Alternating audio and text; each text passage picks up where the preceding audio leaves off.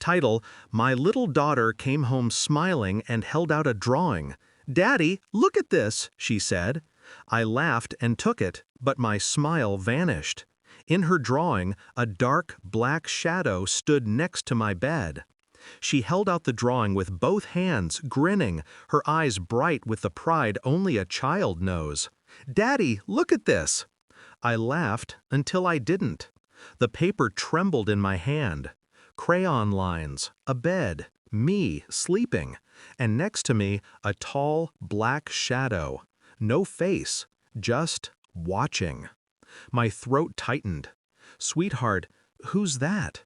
Her voice dropped to a whisper. "He comes every night after you fall asleep." She said it like it was normal, like he belonged there. That night I couldn't sleep. My mind wouldn't let me. Instead, I quietly set up a hidden camera facing my bed, tiny, silent, invisible, just to prove she was wrong, just to prove I wasn't losing my mind. I wish I had been. At 3:17 a.m., the footage stopped being ordinary. The door creaked open. A man slipped in, tall, cautious, familiar. He stood beside my bed, staring down at me. My pulse froze. He bent forward, touched my nightstand, then leaned close to my sleeping daughter's photo and smiled. My best friend. Daniel, her godfather, the man who toasted my wedding, who carried my little girl on his shoulders, who promised to watch over the family when work kept me late. Now he was watching something else. Watching us. When he turned toward the camera, for a split second, I saw it, the expression I'd never noticed before. Possessive. Obsessive. I stopped breathing. Daniel and I had built our lives side by side. College roommates, business partners, brothers by choice.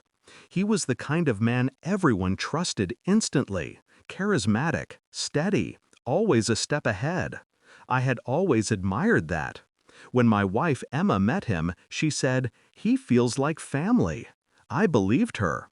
So when we had our daughter, I asked him to be her godfather. But lately, Emma had been distant. She smiled less, claimed exhaustion, said she needed space. Daniel started dropping by more often, under the excuse of checking in, helping with the company, or keeping an eye on things.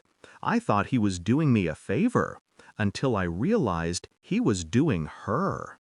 The next morning, after seeing that footage, I didn't confront anyone. I played it cool. I kissed my daughter goodbye. I went to work. I shook Daniel's hand when he walked in, pretending my stomach didn't churn. He looked me straight in the eye and said, "Rough night?" I almost laughed. That evening, I watched more recordings. He had been coming in for weeks, sometimes alone, sometimes with Emma. Always quiet, always after midnight. The betrayal was surgical, silent. They must have thought I'd never notice. But my daughter noticed.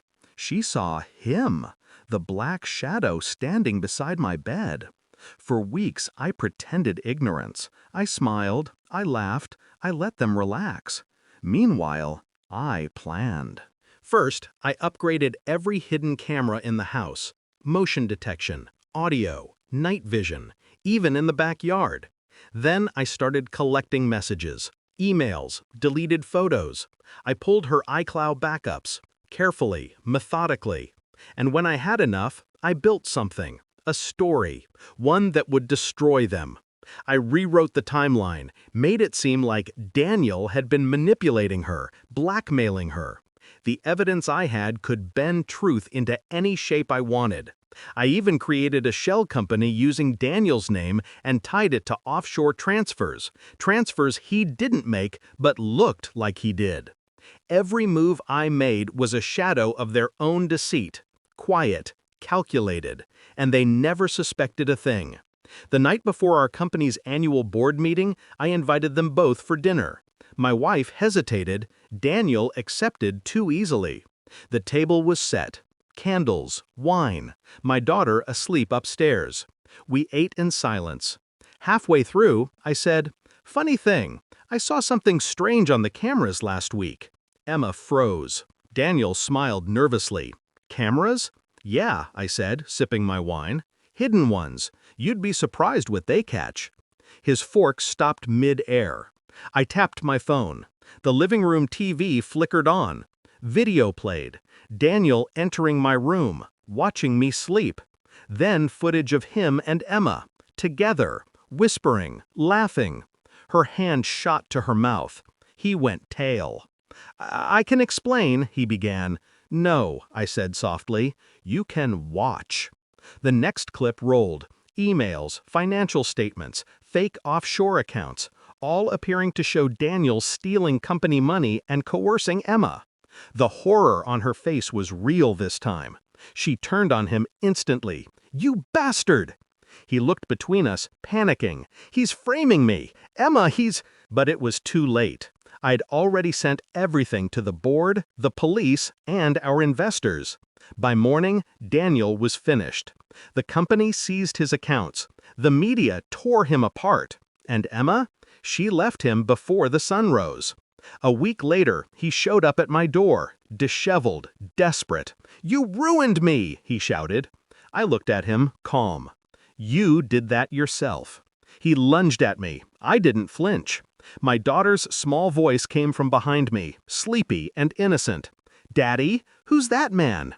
Daniel froze. His eyes filled with something close to shame, then fear. He ran. That was the last time I saw him. Emma tried to apologize, cried, begged. I let her speak. I didn't say a word. A month later, I filed for divorce, quietly.